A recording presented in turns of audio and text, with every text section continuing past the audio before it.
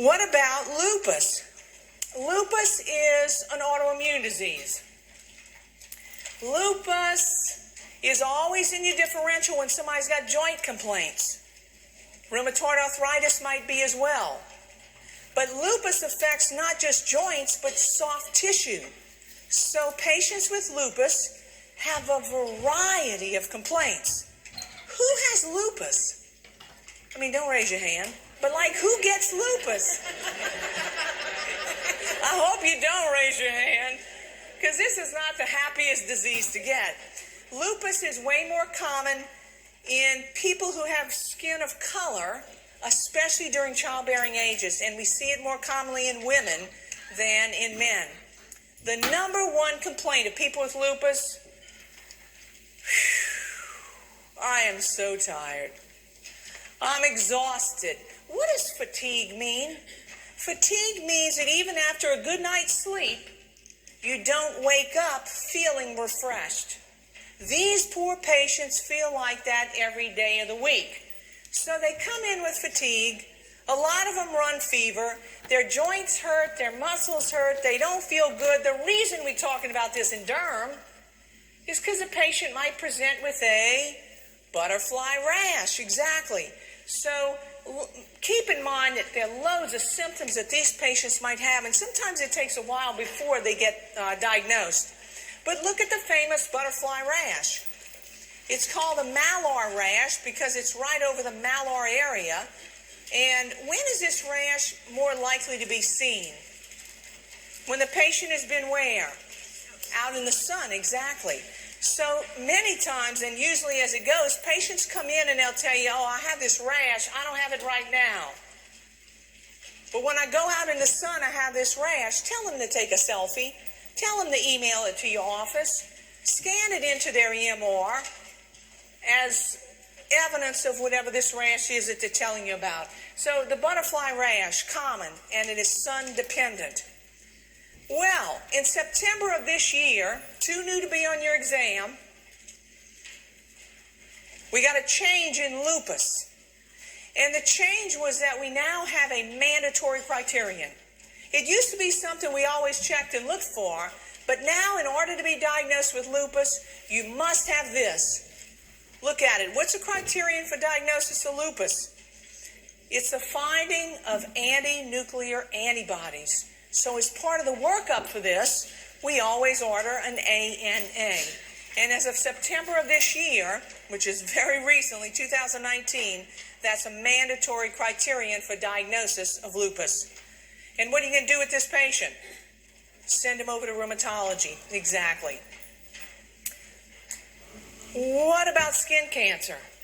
Oh, you cannot believe how many patients have skin cancer. It's from leaving your raincoat out in the sun too long, from not taking good care of your raincoat. There is something that we use in primary care. In fact, I went to a dermatologist who used it, and it's called a dermoscope. It's a little light with something that magnifies the skin so that you can look at it in detail. It is a great tool in primary care, and I was happy to see that as he told me, oh, Amelie, we've been using this in dermatology for years. Good. Primary care needs to use it as well. So it's kind of like a magnifying glass with a light. Now, if you don't have a dermoscope, you can use a magnifying glass with a light to help enlarge the skin that you're looking at. There's also an attachment for your iPhone that you can use. And so that might help you, because when a patient comes in with a lesion and you're concerned about it, there's one of three things that you're going to do with it. You're either going to biopsy it, you're going to refer the patient to Derm or somebody who does a lot of this, like when you suspect it could be malignant melanoma, or you're going to say, I'm not worried about that lesion.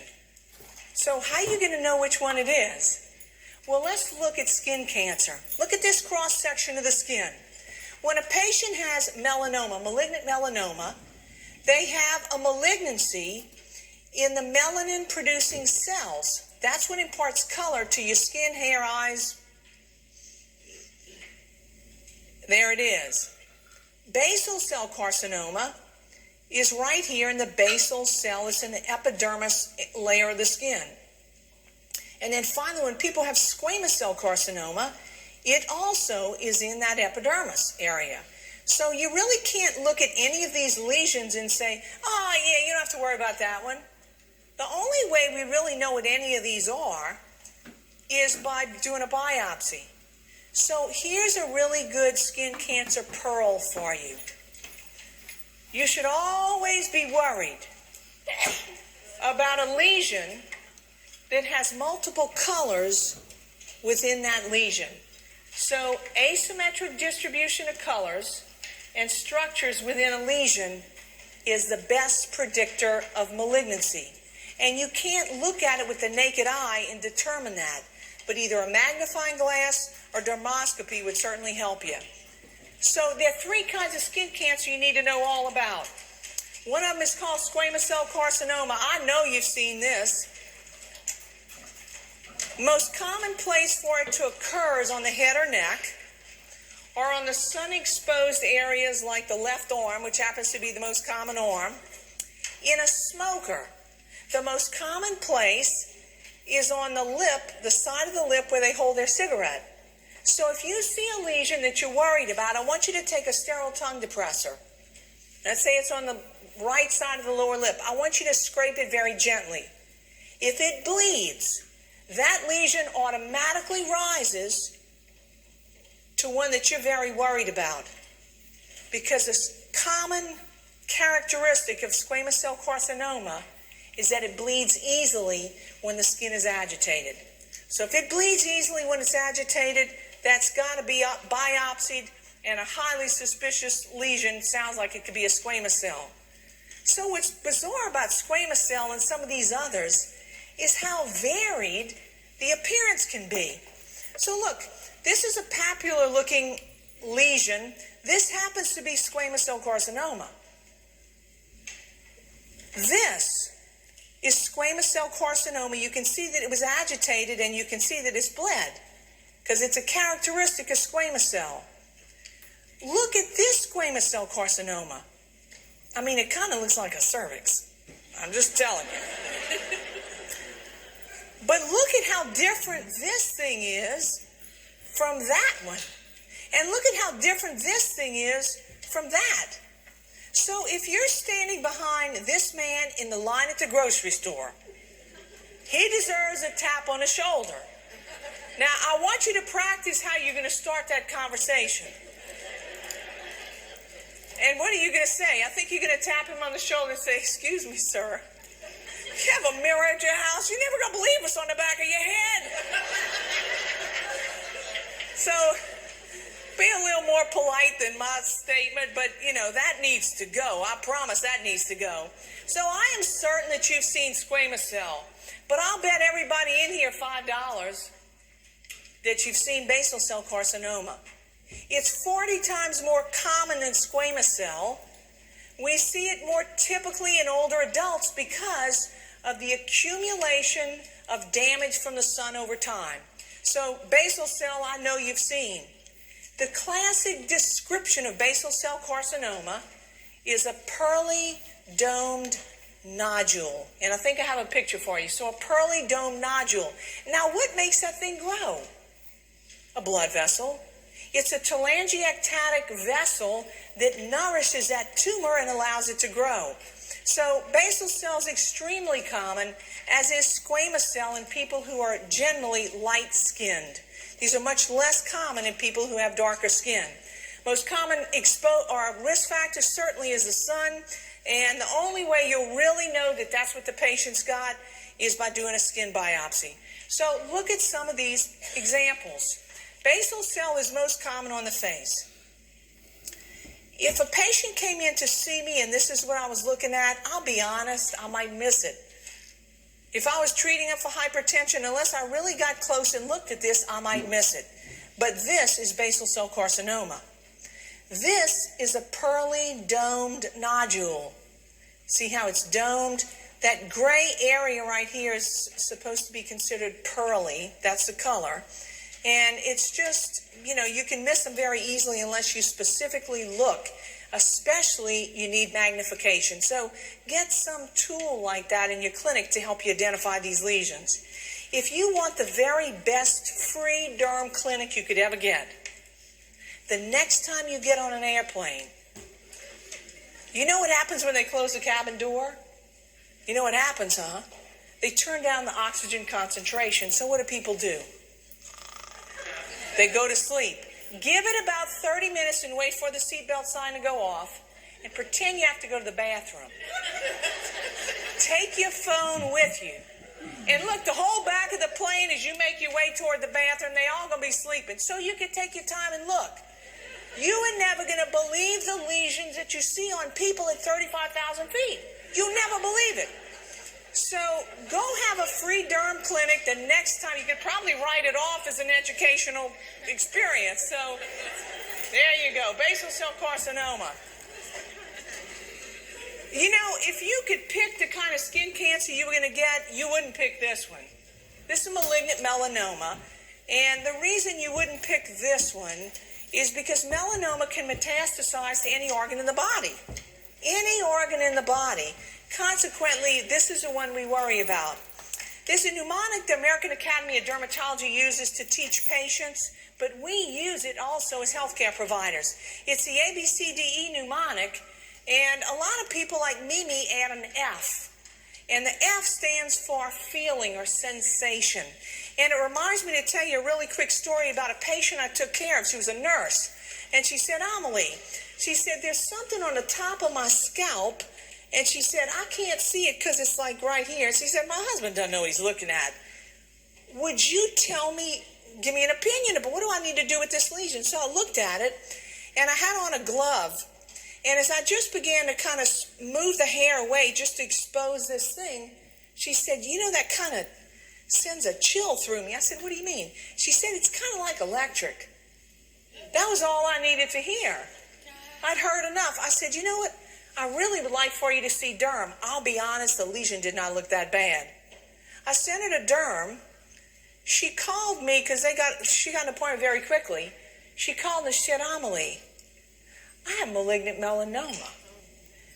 The only thing that made me worry about that lesion was the fact that she described it as electric. It was feeling, it was sensation. So anytime you have lesions like that, or meet any one or more of these, it should rise to the level of something that's suspicious. And somebody who knows what they're looking at needs to look at it and or biopsy it.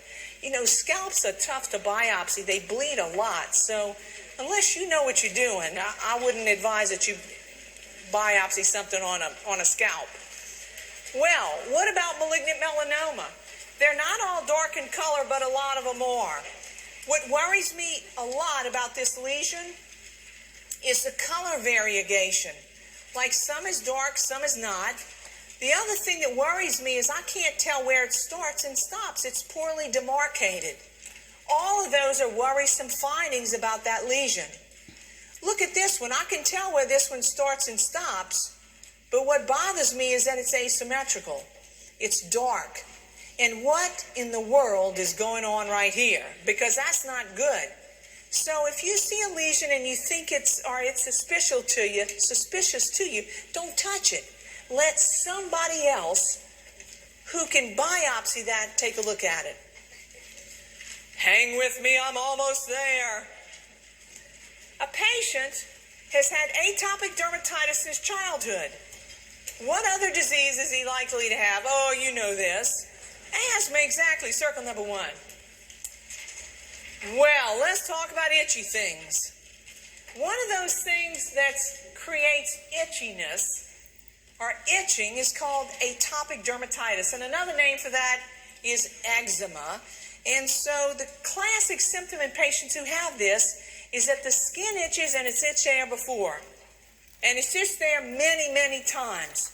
So it's recurrent or recurring itchiness, and so just classic with eczema. The patient usually has a history of either asthma or allergic rhinitis or both. Those just all seem to run together.